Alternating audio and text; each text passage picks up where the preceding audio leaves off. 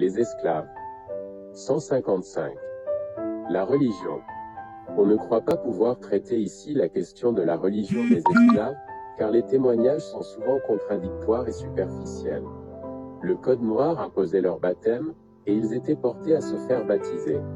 C'était une fête pour eux et leurs parrains et marraines avaient une grande autorité sur eux.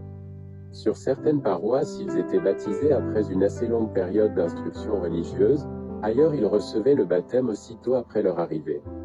Peu n'étaient pas baptisés, on leur faisait faire. On leur faisait faire les prières en commun du matin et du soir, dont une pour le roi et Monseigneur le Dauphin. À Saint-Domingue, c'était à peu près toute leur vie religieuse, sauf au Cap où il y avait un curé des nègres, plus grand qu'eux, spécialement chargé du ministère auprès d'eux. Sauf dans les villes et ceux qui servaient sur une plantation de plaine assez proche du centre de la paroisse, ils n'assistaient guère à la messe, ainsi que nous l'apprennent les journaux de travaux. Presque jamais ils n'approchaient des sacrements à Saint-Domingue, même à l'article de la mort. Fort peu se mariaient. Sur quelques plantations où la femme du colon résidait, elle enseignait les rudiments du catéchisme, mais le cas était rare.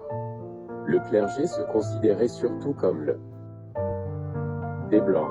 Il en faut excepter cependant les jésuites, 1704 à 1764, dans le Nord, qui furent très actifs auprès des Noirs et qui surent résister à la pression des colons.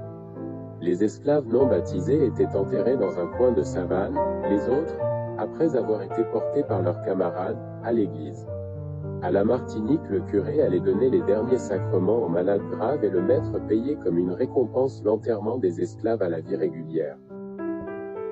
On ne sait presque rien du vaudou de l'époque coloniale. Il semble d'ailleurs s'être développé à partir de la Révolution. Les colons en parlent peu et avec beaucoup d'erreurs. Ils ont retenu surtout les danses. Il est curieux qu'en dehors de Moreau de Saint-Méry qui lui consacre quelques pages en 1797, de Ducœur-Joly en 1802 et de Descourtines en 1809, Mazères, Drouin de Bercy, le colonel Malenfant, Joinville-Gouban ne nous l'ont révélé qu'en 1814.